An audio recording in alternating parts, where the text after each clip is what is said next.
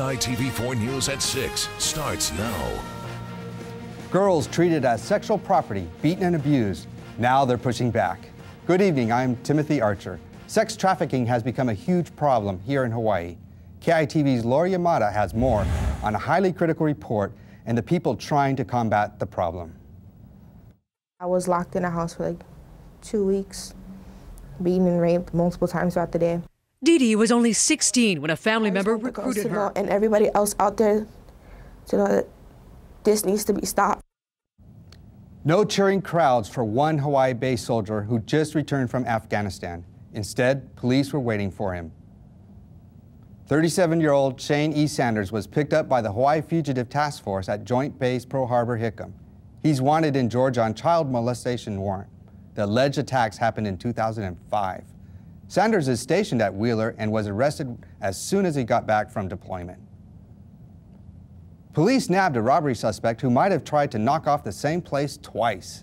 A security guard at Don Quixote in Waipahu says he recognized a man who walked out of the store without paying as the same man who did the same thing earlier this week. This time the guard confronted him, but says the man pointed a gun at him and sped off. Police caught the bad guy a few blocks away. Prosecutors will be seeking jail time and a lot of money for a man accused of running a Waimanalo puppy mill. David Lee Becker is scheduled to be sentenced next week. He's pleaded no contest to 153 counts of animal cruelty after the dogs were found in unsanitary conditions in March of last year. Prosecutors will ask that Becker serve consecutive one-year sentences on 5 of the counts. They will also ask that he pay a restitution of $370,000 to the Hawaiian Humane Society and a fine of $306,000. Plenty to rent, nothing for sale in the planned new Kaka'ako high-rise known as 690 Pohukaina. Today, the Hawaii Community Development Authority selected Forest City to develop the project. The HCDA envisions a 650-foot tower with 804 units that are for renters only. A hui of 5 lawmakers urged the agency to hold off on its selection so there could be more dialogue with the community. Forest City says that chance will come during the EIS phase of the project. We do absolutely intend to go out and talk to people, make certain people understand what's going on. The 650-foot high-rise is not a given. Forest City also has a twin tower proposal. There's a residential reek that has some people in Kailua's Enchanted Lake calling for cleanup. They say the smell of rotten eggs is there 24/7.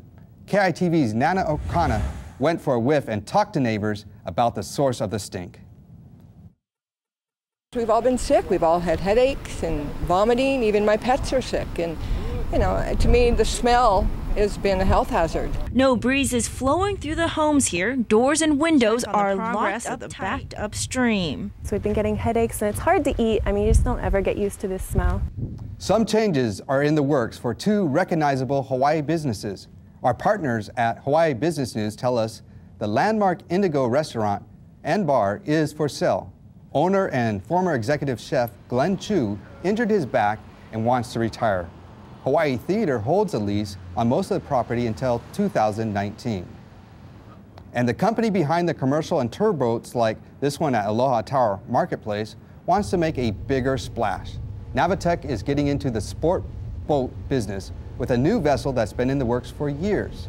The new Seablade is built to handle Hawaii's rough waters and promises to offer a major change in boat design. Catch other stories, including a wind energy company that wants to dip into the solar market in tomorrow's print copy. Pretty but potent.